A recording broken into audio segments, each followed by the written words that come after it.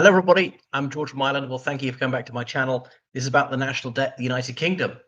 Thinking back to the Republic of Ireland when I was little, our national debt was really, really high.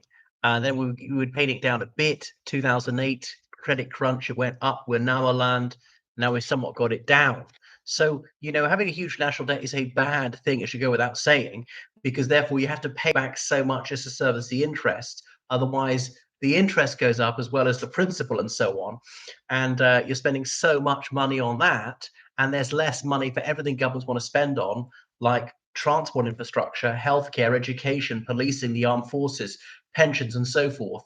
And therefore, you're having to pay for your parents and grandparents and generations yet unborn, having to pay for the profligacy of people there. You can't borrow your way out of debt. Now, almost every country is in debt. The only country I can think of ever successfully paid off its national debt was Romania, right before the revolution. That caused such severe cutbacks, such terrible suffering, that it provoked the Romanian Revolution. The United Kingdom is not the highest national debt per capita, not by a long shot. And the country with the highest national debt in terms of amount is the United States, even though, per capita, it may not be as high. And ironically, it's some of the least economic developed countries are relatively low national debt because people won't lend to them in the first instance. And then there's some very prosperous countries like Qatar and Norway have like almost no national debt. They got sovereign wealth funds. Russia doesn't have a very big national debt because they really concentrate on paying it off. So they wouldn't be vulnerable if they cause a situation like the Ukraine war and having their national wealth fund and things like that. But who would lend to them now? And that's problematic. So in wars or crises, people borrow like Billio. And some people said after the credit crunch, the government, the United Kingdom, ought to have taken advantage of the relatively low cost of borrowing and borrowed more then. We needed a stimulus package. Or John Maynard Keynes, so he was that sort of left-wing economist, one of the Liberal Party, said that you need to spend more to get out of economic depression, but obviously in terms of prosperity, you need to pay that down. You can't like borrow forever. So the national debt in the Second World War reached something like 360% of GDP, and then the United Kingdom began paying it off down to sort of 98% by 1960. And so then in 1990, it was down to only 28%. And so the very responsible stewardship of Margaret Thatcher's Conservative administration made sure it was very low. And so there was so that the interest payments on that were very low to keep it down. But then it was pretty low under Tony Blair. It's risen since 2008, going from 28% to over 100% today. So that in 35 years. So that is really bad news. So obviously there have been various economic difficulties, the credit crunch 2008, and since then we've never really had good times. The UK has grown at 1%, 2% a year, but about that's about it. I know for highly advanced economies, there's only so much you can grow. You never have double-digit growth. I know 2020 shrank by about 10%, 2021 came back by about 10%. But barring these black swan events, advanced economies don't grow very much, like very seldom more than 3% per annum. Is the LEDCs where there's a lot of room for growth. But even China and India, they're not posting the double-digit growths that they were growth per annum that they were in the noughties. So yeah, COVID, the pandemic, the lockdown, and so on. So less economic activity, drop in tax revenues. Therefore, governments were obliged to borrow more. Okay, so there's always this public sector borrowing requirement because you need to spend more than you're taking in revenue. So that is the deficit. And so the national debt was meant to be sort of a temporary thing for 18th century wars, which has become permanent.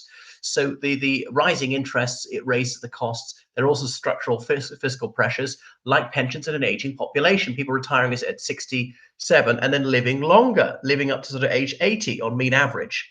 And then people staying in education longer. When state pensions were invented for the First World War, most people entered full-time work at the age of 12. Now most people enter full-time work at the age of 21. And of course, they've got millions of NEETs, not in employment, education, or training. People of working age who are just unemployed or claiming to be disabled, anxiety, depression, physical disability. But there are people with depression who work, people with anxiety who work. There are people who are blind who work, who are deaf who work, who've only got one arm who work, or wheelchair bound who work. All sorts of people who work. I know Down syndrome people who work full time. So usually it's a cop out, and we're just being pathetic, being a soft touch. Okay, so so the government can print money, right? But obviously that reduces the value of the money. I mean, this is a sort of a child's error. Well, why don't we print so much money, give everyone £1 trillion, and we're really rich? No, we wouldn't, because the purchasing power goes down. That's got to represent value. Then you get into funny money like hyperinflation. Yeah, so we also have that with education qualifications. Printing more degrees, it actually just doesn't make us more educated. It's got to represent some value, some achievement. Um, there is that quantitative easing or printing more money that George Osborne tried when he was Chancellor Exchequer after 2010, a conservative. So more welfare spending by more people who are claiming to be disabled, by more people who are just shysters, who are just shirkers, feckless people. So the gross domestic product isn't growing fast enough to dilute the debt. So the Office of Budget Responsibility said that stabilizing the debt is very difficult because economic growth is not fast. Then the government has to have these forecasts, but they often underestimate how much they need to borrow. Now, Jeremy Hunt was Chancellor Exchequer under the last Conservative government for the last year or so, and he said you have to give yourself sort of headroom of about £30 billion per annum. Remember, the United Kingdom public spending is something like £1.5 trillion per annum.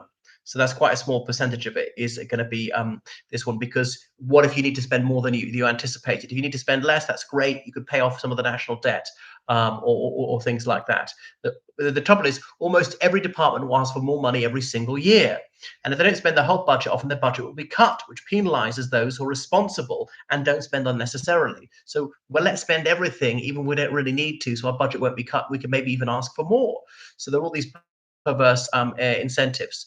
So that's the trouble, is people want excellent public services, but they don't want to pay for them. They want tax cuts, but they want more spending.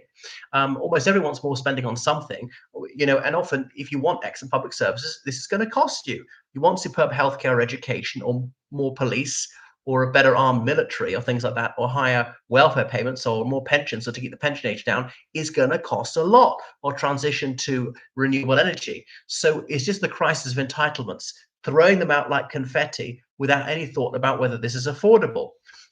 So, and goodness, I mean, I'm no economist, I'm sure it shows, but the very simple thing is you're going to have to increase the revenue and decrease spending. You can raise taxes in all sorts of ways. And the thing is that the Labour government said they won't raise income tax, fix public finances, just switch to sovereign gold. Well, that's a possibility, but has anyone successfully done that? You're not saying a gold standard for the currency, which the United Kingdom was on, was it through the 19th century, came off of the First World War, back into the 1920s, partly causing the slump, off in the Great Depression. And the US had it for some time. They scrapped in the early 70s and said the United Kingdom did it, and nobody's talking about going back to the gold standard. The idea that until we had the gold standard, you could go there to a bank with a banknote and exchange a pound of gold, or go with gold and exchange for a banknote, and people had confidence in the system. It was all trust that this piece of paper, which in itself is paper and ink, is worthless, that represents value. You can exchange it for certain goods or services. And because when paper money was introduced in the 17th century, people didn't trust it. They wanted coins. They wouldn't accept it as face value. If it said, 10 shillings, I think it's really worth 6 shillings or something like that. Right. So the debt could be held in gold. And actually, the UK's got relatively low gold reserves. Gordon Brown, the genius who was Chancellor of Exchequer under Tony Blair, the longest serving chancellor ever, 1997 to 2007, he announced how much gold he was going to sell in advance, thereby reducing the value of it. An extremely basic error, which shows just how he didn't understand very, very simple economic principles. And he was supposed to be chancellor, supposed to be this magic chancellor. So yeah, the UK has had higher national debts, but that was coming out of wars. And that's the problem with democracy, is people wanting good things now and not willing to accept short-term pain for long-term gain, and politicians thinking only in 5-year cycles, the next electoral cycle, rather than we'll do things unpopular now, and but we'll feel the benefit in the longer term. But if they do something irresponsible now to win the next election, by the time the solids hit the fan, that politician's going to be out of politics anyway, or dead in a few decades' time. So often the UK has been kicking these problems down the road, and they get worse. Like they've known since 2010, the House of Parliament need a massive renovation, which is going to cost billions. And they've delayed it because it's politically unacceptable. People saying, you're spending most of money yourself, politicians. Well, it's not on us, it's on this building. Do we want the building here in a century? Yes, we do. So we're going to have to pay for that. So possibly move out the Commons to another building, and then they then renovate that bit, and then move the Commons came back in, renovate the Lords, or they both move at the same time. That'd be the cheapest, fastest way to do it, and so on. But nobody will grasp the nettle, is willing to be unpopular because of demagoguery. So having to have a lower benefits payments, force people off benefits, get people to education earlier, more people out of education into full-time work. I mean, being on benefits is no longer a career. Work or starve. It's that simple. Work or starve. Not many people are going to choose to starve. And then raise the retirement age. So it's going to have to go up gradually. The Danes are raising it. I would phase it up to 77 over a century. People currently in their 60s can retire at 67 or whatever it is. People currently in their 50s have to work 1 more year than they're currently forecast. People currently in their 40s are going to have to work 2 more years than they were originally told. People currently in their 30s are going to have to work 3 more years than they're originally told. And this is going to affect people who are not yet been conceived. So that is the way I would do it. Transition for this silvering population. We're more physically fit than ever before, able to work longer because we're usually not doing physically demanding jobs, normally doing desk jobs. But, you know, politicians don't have the courage to do it. And the silver vote is crucial. About 30% of those who actually vote in the United Kingdom are pensioners. A lot of them who are not pensioners are close to pension age. And of course, we know the gutter press will misrepresent this. You're going to have to work till 77. If I said that, no. People who are going to be born in about 30 years from now, they will have to work to 77, but misrepresented. Anyway, thanks for watching my channel. Make sure you subscribe on Patreon, PayPal, georgecannon79@gmail.com. What are your solutions for the UK's national debt? And it affects the Occident in general. Toodaloo.